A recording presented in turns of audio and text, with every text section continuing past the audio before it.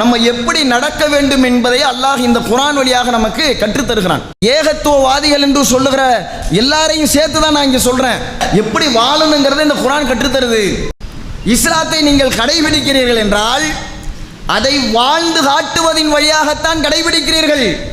தொழுகையில ஒருத்தன் காட்டுற ஆர்வத்தை, நோன்பு வைக்கிறதுல காட்டுற ஒரு ஆர்வத்தை, பணத்தை கொஞ்சம் கொஞ்சமா சேர்த்து ஹஜ்ஜிக்கு போறதுல ஒருத்தன் காட்டுற ஆர்வத்தை இஸ்லாம் சொல்லுகிற இன்ன பிற வணக்கங்களிலே நாம் காட்டுகிறோமா?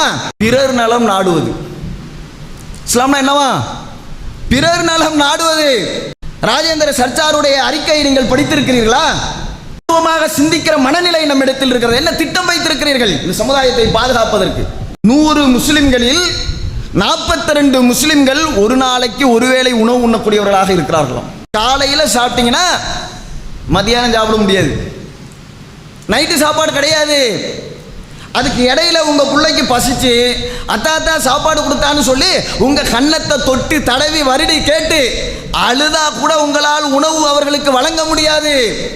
பசித்தவருக்கு உணவளிப்பது. இஸ்லாமிய சமுதாயத்தினுடைய நிலைமை என்ன? 100ல் 42 முஸ்லிம்களிடத்தில் மாற்று ஆடை இல்லை. இஸ்லாத்தை படிக்கலையா? உணவளிப்பதற்கு, அவனுடைய வறுமையை நீக்குவதற்கு, அவன் 3 வேளை சாப்பிட்றதுக்கு நம்ம உழைச்சோமா? என்ன இஸ்லாத்தை பின்பற்றுறீங்க? குர்ஆனை அல்லாவை விட மிகப்பெரிய ஆசிரியர் இருக்கானாங்க உங்களுக்கு இலகுவாக புரிய வைக்கிறதுல. அல்லாவை மிஞ்சிய ஒருத்தன் இருக்கிறானா? உங்களுக்கு புரியாதா? அரபியில ஓதுனாதான் உனக்கு நன்மை. அப்ப பயான் பேசுறதை கேட்கறது உங்களுக்கு நன்மை தானங்க. நான் என்ன தமிழ்ல தானே பேசுறேன். தமிழில் பேசுவதை நீங்கள் காதில் கேட்பதற்கு உங்களுக்கு நன்மை இருக்கிறது என்றால் தமிழில் உள்ளதை படித்தால் நன்மை இல்லையா? சமுதாயத்திற்கு சேவை செய்வது இஸ்லாத்தினுடைய ஒரு அங்கம் என்பதை நீங்கள் புரிந்து கொள்ளுங்கள். நம்ம குற்றவாளி கூண்டில் முதலில் நிறுத்துவதற்கு தகுதியுடையவர்கள் உலமாக்கள் தான்.